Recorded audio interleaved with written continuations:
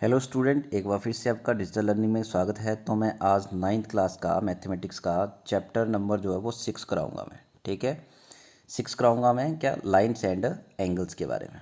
ठीक है, तो लाइन्स एंड एंगल्स चैप्टर का नाम क्या, लाइन्स एंड एंगल्स। ठीक है, तो आपको लाइन्स के बारे में पता होना चाहिए और एंगल के बारे में पता होना चाहिए। तो मैं थोड़ा सा डिस्कस करा दूँ आपको इन चीज़ों के बारे में। ठीक है, क्योंकि आप लोग ये 6 क्लास से पढ़ते आ रहे हो लाइन्स। तो जैसे मैंने ये क्या लगाई, एक लाइन का, इसको मैं डायरेक्टली क्या बोलूँगा, लाइन बोलूँगा। ठीक है, और अगर इसको मैं स्टॉप कर दूँ, ए पॉइंट और एंड पॉइंट ले लूँ इसका। ठीक है, मतलब इसके बाद आप बढ़ा नहीं सकते लाइन को, ठीक है ना, घटा सकते, तो उसको बोला जाता है लाइन सेगमेंट। क्या बोला जाता है, एक लाइन को आप इन्फिनिटी तक लेके जा सकते हैं। जैसे मैंने लाइन लगाई, इसको आप जितना मर्जी में बढ़ा के ले जाओ, ये लाइन है। बट अगर इसका मैं पॉइंट दे देता हूँ ए एंड बी, तो उसको क्या बोला जाएगा, लाइन सेगमेंट बोला जाएगा। ठीक है, देन यहाँ पे कुछ मैंने, तो उसके बाद बात कर लेते हैं हम एंगल्स की।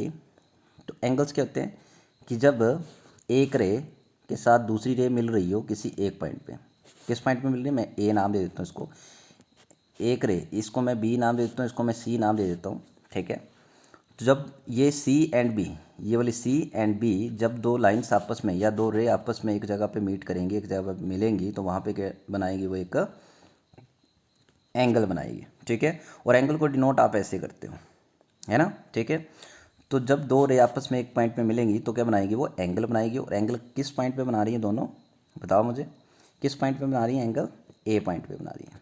ये ए पॉइंट पे बना रही है दोनों।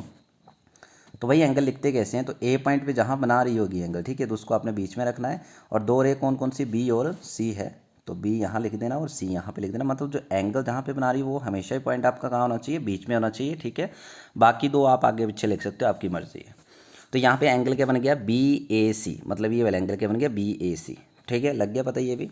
देन एंगल्स होते हैं वो काफ़ी टाइप्स के होते हैं यहाँ पे। तो मैंने यहाँ पे पिक्चर्स रखी है आपके सामने। एक है एक्यूट एंगल, जो 0 से लेकर 90 डिग्री के बीच में जितने भी एंगल्स होते हैं, कौन से होते हैं, वो एक्यूट एंगल होते हैं। राइट एंगल की बात करो तो राइट एंगल 90 डिग्री का होता है, सभी को पता है। ऑब्ट्यूज एंगल जो होते हैं वो 90 डिग्री से लेकर 180 डिग्री के बीच में जितने भी एंगल आते हैं वो सभी के सभी क्या कहलाते हैं, ऑब्ट्यूज एंगल कहलाते हैं। ठीक है, स्ट्रेट एंगल की बात करूँ तो किसी स्ट्रेट लाइन पे जब ओवरऑल एंगल बनता है, ठीक है, तो वो क्या कहलाता है, 180 डिग्री, और इसको स्ट्रेट एंगल बोलते हैं। क्यों बोलते हैं, क्योंकि जब मैं इस पर परपेंडिकुलर ड्रॉ करूँगा तो एक एंगल इस साइड बनेगा, एंगल 1, और एक इस साइड बनेगा, एंगल 2। तो एंगल 1 भी देख लो, ये इस साइड 90 डिग्री का होगा, इस साइड 90 डिग्री का होगा, 90 कितना हो गया, 180 डिग्री। रिफ्लेक्स एंगल की बात करो तो रिफ्लेक्स एंगल, डायरेक्टली बात करो तो रिफ्लेक्स एंगल होता है आपका 180 डिग्री से लेके 360 डिग्री के बीच में जितने भी एंगल होते हैं सब रिफ्लेक्स एंगल कहलाते हैं। और रिफ्लेक्स एंगल क्या होता है आपका, ओवरऑल एंगल। ठीक है, मतलब एक घड़ी होती है, घड़ी की सुई जब 12 पे होती है, 12 से लेके वो हट के 12 पे आएगी, तो मतलब एक पूरा चक्कर लगा रही है, तो उसको क्या बोला जाएगा, रिफ्लेक्स एंगल बोला जाएगा, जो कि 360 डिग्री के बीच में होता है। देन यहाँ पे अगर मैं कुछ और बात करूँ तो आपने कंप्लीमेंट्री एंगल के बारे में बात सुना, कंप्लीमेंट्री एंगल, और एक होता है सप्लीमेंट्री एंगल। ठीक है, तो कंप्लीमेंट्री एंगल जो होता है वो 90 डिग्री का होता है, सप्लीमेंट्री एंगल जो होता है 180 डिग्री का होता है, याद रखना। ठीक है, सप्लीमेंट्री एंगल कितने का होता है, 180 डिग्री, और कंप्लीमेंट्री जो होता है वो 90 डिग्री के इक्वल होता है। ठीक है, नेक्स्ट बात करूँ मैं यहाँ पे एडजेसेंट एंगल्स की। तो यहाँ पे देखो, ये ए रे जो है वो बी रे के साथ, सी वाली रे और ए वाली रे ये मीट कर रही है बी पॉइंट पे। कहाँ पे मीट कर रही है, बी पॉइंट पे। और एक ओवरऑल एंगल बनाएंगी ऐसे पूरा, ये ए बी सी, मतलब एंगल बी पॉइंट पे बना रही है, तो ए बी सी ये बना रही है एक ओवरऑल एंगल। बट ये ओवरऑल एंगल जो वो दो पार्ट्स में डिवाइड है, जिसमें बीच में डी रे आ रही है, और इसको दो पार्ट में, ये एंगल 1 और एंगल 2 में डिवाइड कर रही है। तो अगर मैं एंगल 1 और एंगल 2 लिखना चाहूँ तो कैसे लिख सकता हूँ, ये एंगल 1 लिखना चाहूँ तो ए वाला एंगल जो बीच वाला, इसको लिखना चाहूँ तो आपको पता है बी पॉइंट पे मीट कर रहे हैं, तो बी आपने बीच में रखना है। और देन ए रे पड़ रही है एक तो, और एक डी रे पड़ रही है, तो मैं यहाँ पे लिखूँगा ए एंड डी, एक एंगल आ गया। प्लस दूसरा एंगल लिखना चाहूँ तो यहाँ पे डी है, यहाँ पे सी है, ये एंगल फिर बी पॉइंट पे मिल रहा है, तो बी में बीच में रखूँगा, और कहाँ से, डी और सी, डी और सी। तो ये दो एंगल्स का सम जो होगा वो किसके इक्वल टू होगा, किसके इक्वल टू होगा भाई, ओवरऑल एंगल के। ओवरऑल एंगल कौन कितना है, ए बी एंड सी। ये ए बी सी जो हो वो प्लस में लिख सकता हूँ, angle A B D plus D B C. तो आपको जब भी क्वेश्चन आएंगे, क्वेश्चन में अगर ऐसी पिक्चर्स होगी, ठीक है, जो ओवरऑल एंगल बना रही है उसके बीच में दो एंगल होंगे, ठीक है, तो आप इनको प्लस करके लिख सकते हो, उसको बोला जाता है adjacent angle. Then linear pair क्या होता है, लीनियर पेयर पिक्चर्स देख रहे होंगे, एक एंगल इस साइड बन रहा है, एक एंगल इस साइड बन रहा है। आपको एक लाइन स्ट्रेट लाइन पे बताया, स्ट्रेट लाइन पे ओवरऑल एंगल कितने डिग्री का होता है, 180 डिग्री का। मतलब एंगल 1 और एंगल 2 बात करूँ तो एंगल 1 प्लस एंगल 2 का सम किसके इक्वल होगा 180 डिग्री, क्योंकि ये दोनों ही एंगल के बना रहे हैं, एक 180 डिग्री स्ट्रेट लाइन पे एंगल बना रहे हैं, तो 180 डिग्री के इक्वल टू होगा। जब क्वेश्चन में ये स्टेटमेंट आएगी तो मैं वहाँ पे समझा दूंगा, ठीक है। वर्टिकली ऑपोजिट एंगल की बात कर लें तो वर्टिकली ऑपोजिट एंगल के होते हैं कि ये ऊपर वाला एंगल जो होगा वो नीचे वाले एंगल के होगा बिल्कुल वर्टिकल। मैं इसको ऐसे लिख सकता हूँ, एंगल, ये ऊपर वाला एंगल किन दो रे को मिलकर बना है, ए एंड डी, ठीक है। और मीट कहाँ पे हो रही है, दोनों ओ पॉइंट पे, मतलब ओ पॉइंट पे क्या बन रहा है आपका, क्या बन रहा है, एंगल बन रहा है ना। तो ओ पॉइंट आपका बीच में आएगा और ए और डी लाइन से, तो ए और डी, ये ए और डी ये किसके इक्वल टू होगा, नीचे वाले एंगल के, क्योंकि ये वर्टिकली ऑपोजिट एंगल हैं दोनों। तो नीचे वाला एंगल भी कहाँ बन रहा है, ओ पॉइंट पे बन रहा है, ठीक है। और सी और बी रे हैं, तो इसको बी सी लिखो या सी भी लिखो, आपकी मर्जी। तो ये दोनों एंगल आपस में क्या होंगे, वर्टिकली ऑपोजिट एंगल होंगे और इक्वल होंगे। मतलब अगर इसकी 40 डिग्री वैल्यू तो इसकी भी कितनी हो जाएगी फिर 40 डिग्री हो जाएगी, क्योंकि वर्टिकली ऑपोजिट एंगल क्या होते हैं, सेम होते हैं, ठीक है। चलो नेक्स्ट देखते हैं हम यहाँ से, और क्वेश्चन करते हैं हम सॉल्व यहाँ से, ठीक है। क्वेश्चन नंबर फर्स्ट देखो 6.1 का क्वेश्चन नंबर फर्स्ट देखते हैं हम यहाँ से, ठीक है। तो आपके सामने यहाँ पे 6.1 का फर्स्ट क्वेश्चन है, ठीक है। तो फर्स्ट क्वेश्चन में देखो लिखा है कि line A B and C D intersect at point O. तो जो ए बी लाइन है, ये वाली लाइन जो है ए बी, ठीक है, वो इंटरसेक्ट किस पॉइंट पे कर रही है, किस पॉइंट पे कर रही है, इसको मैं रफ कर देता हूँ। ये जो लाइन है आपकी कौन सी, ए बी, ये ए बी लाइन जो है वो सी डी लाइन के साथ किसी एक पॉइंट पे, मतलब किस पॉइंट पे कर रही है, इंटरसेक्ट ओ पॉइंट पे इंटरसेक्ट कर रही है, सभी को दिख रही है ना। दोनों एक दूसरे को काट रही है, इंटरसेक्ट करना क्या होता है, काट रही है एक पॉइंट पे, किस पॉइंट पे काट रही है, ओ पॉइंट पे काट रही है। इफ़ एंगल, ठीक है, if angle A O C plus B O E is equal to 70 degree, ठीक है। अब कौन कौन से एंगल, कहाँ पे ए देखो, ओ कहाँ पे है, ये ओ है बीच में, और ए ओ सी मतलब ये वाला एंगल, ये जो एंगल होगा, प्लस में एंगल दूसरा कौन सा है, बी ओ ई, कहाँ पे बी ओ ई, बी ओ ई कहाँ पे है, ये एंगल। इन दोनों का सम कितना देख के रखा हुआ है, इसका और इसका सम कितना देख के रखा हुआ है, 70 डिग्री। एक बात ये पता लगी, तो अपने आंसर में क्या लिखना है,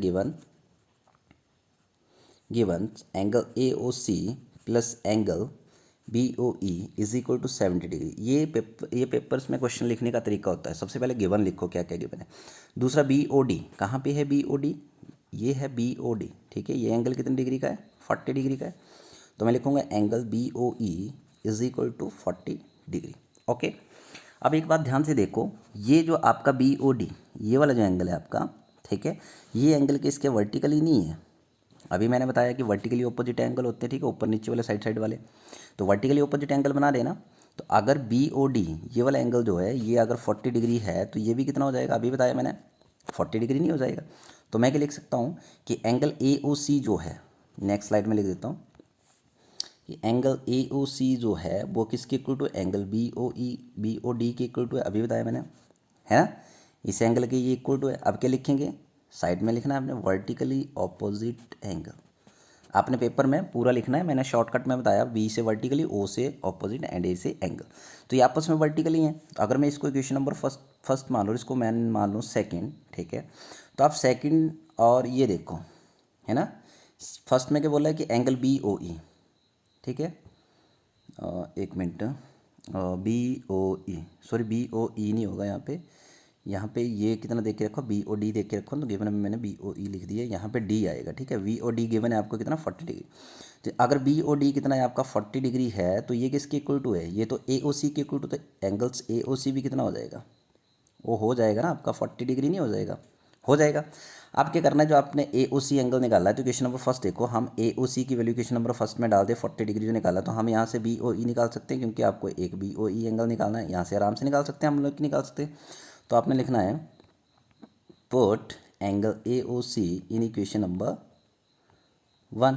तो वैल्यू डाल दो, इक्वेशन नंबर 1 क्या थी आपकी, देखो A O C plus B O E, angle A O C plus angle B O E is equal to कितना है, 70 डिग्री देख के रखी है क्वेश्चन नंबर फर्स्ट, ध्यान से देख लो, यही देख के रखी है ना। अब क्या करेंगे, ए ओ सी की वैल्यू अभी देखो कितनी है, 40 डिग्री, तो हम लिख देंगे 40 degree plus angle B O E is equal to 70 degree. अब बी ओ ई निकालना, तो 40 को 70 की साइड लेके जाना पड़ेगा, ठीक है। तो मैं यहाँ से मिटा देता हूँ इसको, और मैं ले गया इसको यहाँ पे, और ये जाएगा माइनस में, क्योंकि वहाँ पे किस में था, प्लस में था, ठीक है। तो यहाँ से देखो एंगल बी ओ ई कितना निकल के आ गया आपके पास, कितना निकल के आ गया 70 में से 30 गए तो कितना बचा, 40 गए तो कितना बचा 30 डिग्री। तो आपने बी ओ ई एंगल जो आपको बोला था निकालने के लिए वो आप यहाँ पे निकाल चुके। ठीक है, अब वापिस आ जाओ क्वेश्चन पे। ठीक है, क्वेश्चन की डायग्राम पे वापस आ जाओ। मैं यहाँ पे डायग्राम जो लिखा हो मिटा देता हूँ।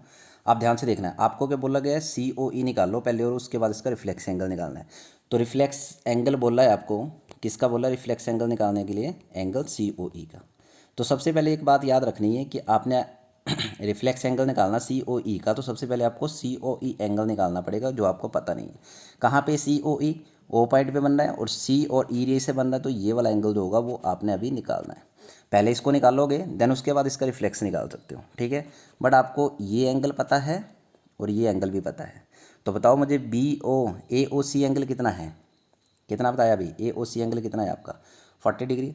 तो ये कितना हो गया आपका 40 डिग्री हो गया। बताओ बी ओ ई एंगल कितना निकाला अभी, कितना निकाला अभी आपने 30 डिग्री निकाला। तो यहाँ पे कितना आ जाएगा 30 डिग्री आ जाएगा।